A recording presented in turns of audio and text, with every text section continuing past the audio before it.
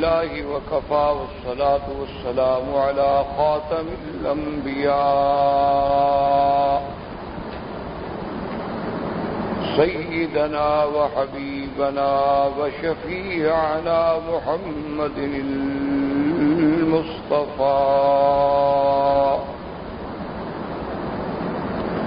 وعلى آله المجتبى وأصحابه النجبى. اللهم صل على سيدنا محمد النبي الأمي الهاشمي وعلى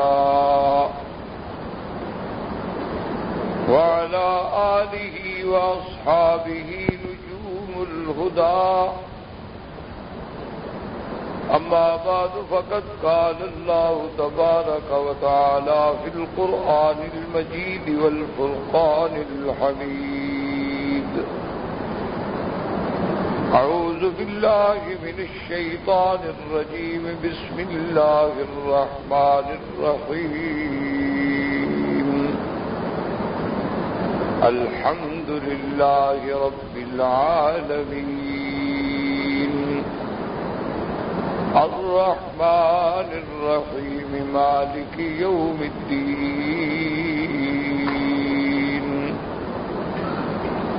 قال النبي صلى الله عليه وسلم إنما بعثت لأتمم مكارم الأخلاق أو كما قال رسول الله صلى الله عليه وسلم. صدق الله العلي العظيم وصدق رسوله النبي الكريم. برادران اسلام، واجب الاحترام بزرگوں، دوستوں، بھائیوں، عزیز نوجوانوں، سلسلہ تفسیر قرآن کے ضمن میں سابقہ دروس میں الحمدللہ تعوذ، تسمیہ اور اس کے بعد سورۃ فاتحہ کے بارے میں کچھ باتیں عرض کی تھیں. سورۃ فاتحہ کے بارے میں اپنے معروضات میں سے میں نے یہ بھی عرض کیا تھا کہ یہ سورۃ فاتحہ جو ہے ایک عظیم سورت ہے. سورۃ فاتحہ کے برکات و ثمرات کے بارے میں بہت سارے احادیث مبارکہ میں اس کی فضیلتوں کا ذکر ہے. اسی لیے اس کے متعدد نام آئے ہیں. سورۃ فاتحہ بھی ہے، شافیہ بھی ہے، کافیہ بھی ہے، وافیہ بھی ہے، سورۃ المسئلہ بھی ہے. تو اس کے ساتھ ساتھ ہمارا جو درس سے سابق میں بات چل رہی تھی وہ یہ تھی کہ کیا اخلاق انسانی میں تبدیلی ممکن ہے یا نہیں. کیونکہ دو چیزیں ہوتی ہیں، ایک ہے خلق اور ایک ہے خلق. خلق کا تعلق ہوتا ہے جسد انسانی سے، اعضاء انسانی سے. لقد خلقنا الانسان فی احسن تقویم ثم خلقنا النطفة علقة فخلقنا العلقة مضغة فخلقنا المضغة عظاما فكسونا العظام لحما ثم انشأناه خلقا آخر. تو ہر جگہ لفظ آئے گا خلق. اب من خلق السماوات والارض، تو ایک لفظ ہے بفتح الخاء جس کو کہتے ہیں خلق، اور ایک ہے بضم الخاء جس کو کہتے ہیں خلق. وَإِنَّكَ لَعَلَىٰ خُلُقٍ عَظِيمٍ. تو خلق کا تعلق جو ہے وہ اجزاء ظاہرہ حسیہ سے ہے، اور خلق کا تعلق جو ہے وہ معنوی صفتوں سے ہے. تو جہاں تک خلق کی تبدیلی کا تعلق ہے وہ تو ناممکن ہے. اللہ نے جو بنا دیا بنا دیا. کسی کو لمبا بنا دیا، کسی کو قصیر بنا دیا، کسی کو طویل بنا دیا، کسی کو متوسط بنا دیا، کسی کو جمیل بنا دیا، کسی کو قبیح بنا دیا، کسی کو ابیض بنا دیا، کسی کو اسود بنا دیا.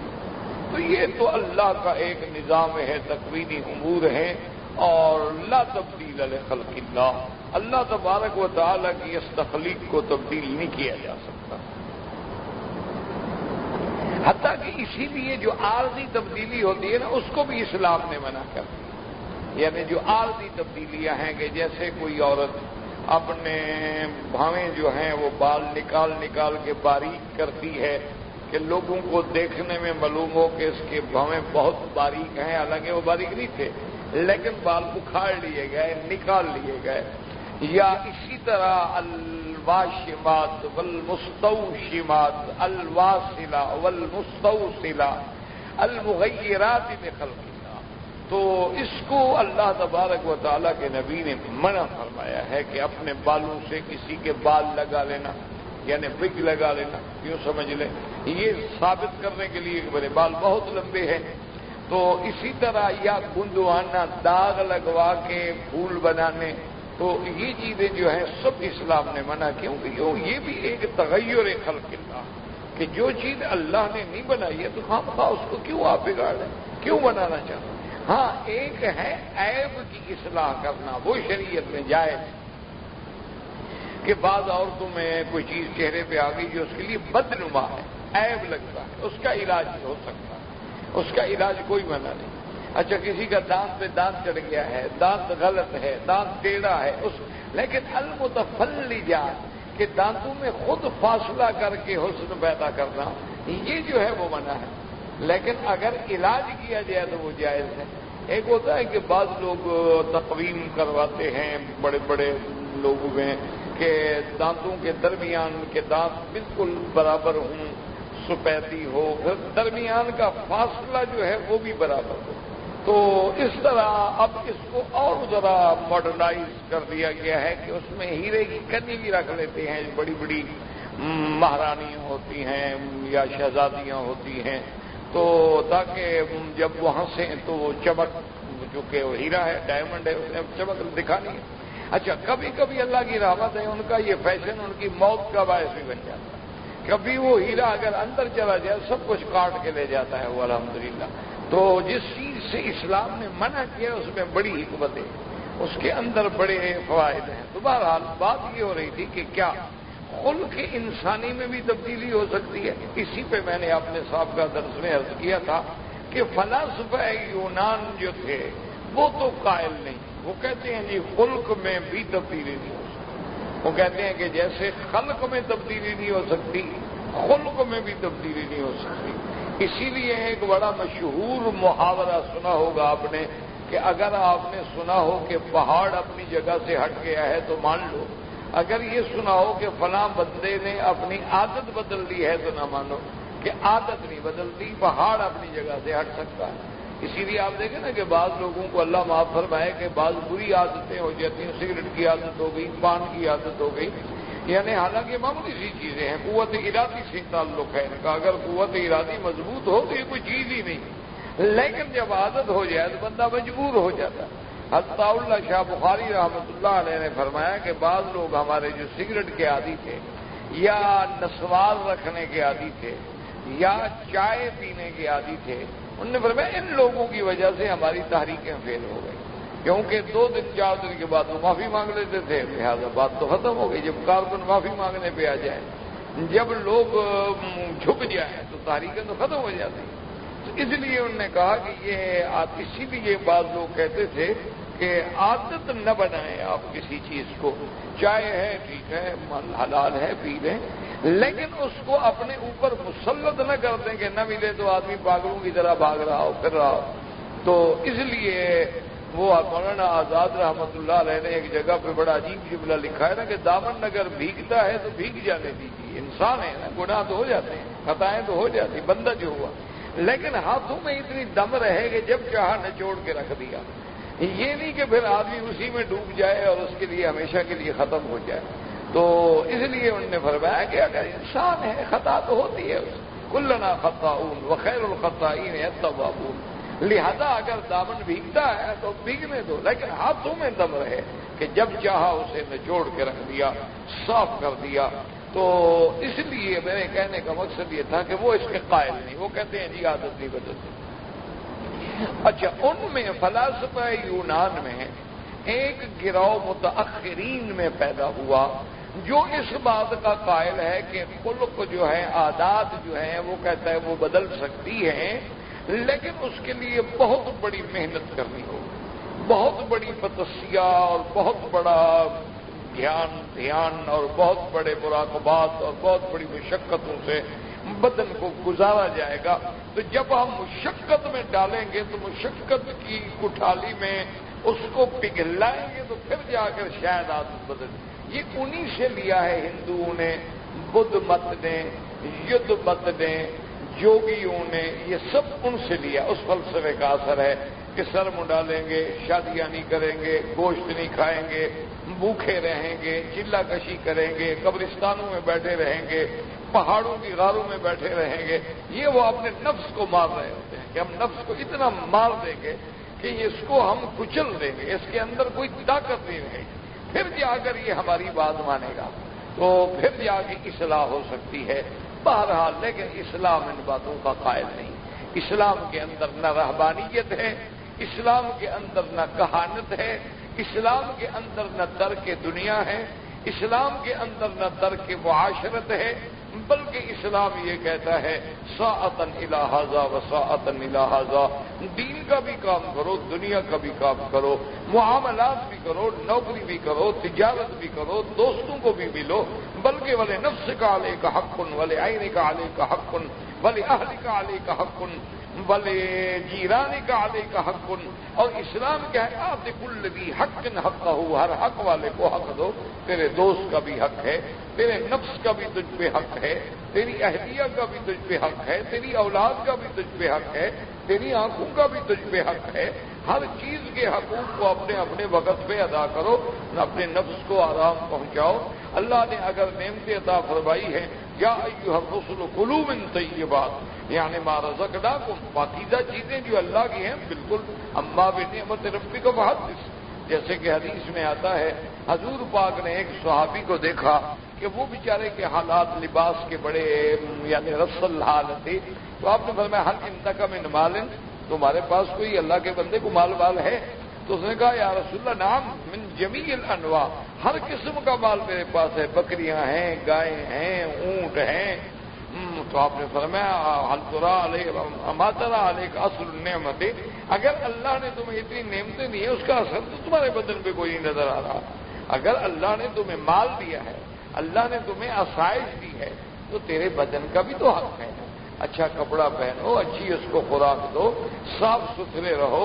یہ تو کوئی دین نہیں سکھاتا ہمیں کہ آدمی 2 مہینے کے بعد غسل کرے، کہ جہاں نماز پڑھے ساتھ والے بھی بدبو سے بھاگ جائیں، یہ تو کوئی اسلام کا حکم نہیں۔ اور نہ یہ تصوف ہے، نہ یہ پیری ہے، نہ یہ بزرگی ہے، نہ اس کا کسی بزرگی سے تعلق ہے کہ آدمی گندا رہے اور 2 مہینے غسل نہ کرے اور آدمی اچھے کپڑے نہ پہنے تاکہ لوگ سمجھیں جناب یہ تو بڑا فقیر آدمی ہے۔ یہ فقیری اس کا نام نہیں ہوتا۔ صوفی اس کو نہیں کہتے ہیں کہ جو صوف کے کپڑے پہنتا ہو، صوفی اس کو کہتے ہیں جس کو دل صفا ہو، شرک سے صفا ہو، بدعات سے صفا ہو، منکرات سے صفا ہو، سمعت و ریا سے صفا ہو، صفائے قلب سے صوفی بنتا ہے، نہ کہ اس قسم کے عوارضات سے۔ تو بہرحال اسلام یہ کہتا ہے کہ خلق کی بھی تبدیلی ہوتی ہے۔ اچھا خلق کی تبدیلی کیسی ہوگی؟ اس کے لیے تعلق ہے صحبت کا، کہ خلق کیسے تبدیل ہوگا؟ تربیت سے۔ خلق کیسے تبدیل ہوگا؟ صحبت سے، کہ صحبت صالح ترا صالح کند، صحبت طالح ترا طالح کند۔ اسی لیے آپ دیکھیں کہ جیسے کہ ایک حدیث مبارک میں آتا ہے کہ بھئی مدینہ منورہ میں جو آدمی جا کے 40 نمازیں پڑھے اس انداز میں کہ اس کی کوئی تکبیر اولیٰ بھی فوت نہ ہو جماعت کے ساتھ، تو اللہ اس کو نفاق سے اور آگ سے بری فرما دیتے ہیں۔ وہ حدیث ضعیف ہے، لیکن فضائل اعمال میں محدثین اس کو قبول فرماتے ہیں۔ اچھا تو 40 آ گیا، تو تو اس لیے اچھا بعض علماء آپ نے دیکھا ہوگا جیسے بعض تبلیغ والے حضرات جو ہیں، ہمیں تو اتفاق کی بات ہے کہ موقع نہیں ملا کبھی ان کے ساتھ جانے کا، لیکن بہرحال وہ بھی ہر آدمی کے لیے کوشش کرتے ہیں کہ جی ایک چلہ لگاؤ 40 دن کے لیے نکلو، تو اس کی وجہ کیا ہے؟ تو اس کو علماء نے دیکھا ہے، وہ کہتے ہیں کہ اس میں بہرحال حکمتیں ہیں، اس کے اندر حکمتیں ہیں۔ بزرگ کوئی بات اگر بیچارے کرتے ہیں تو اس کا پس منظر ہوتا ہے، ان کے پاس اس کی کوئی نہ کوئی بیک ہوتی ہے، دلیل ہوتی ہے۔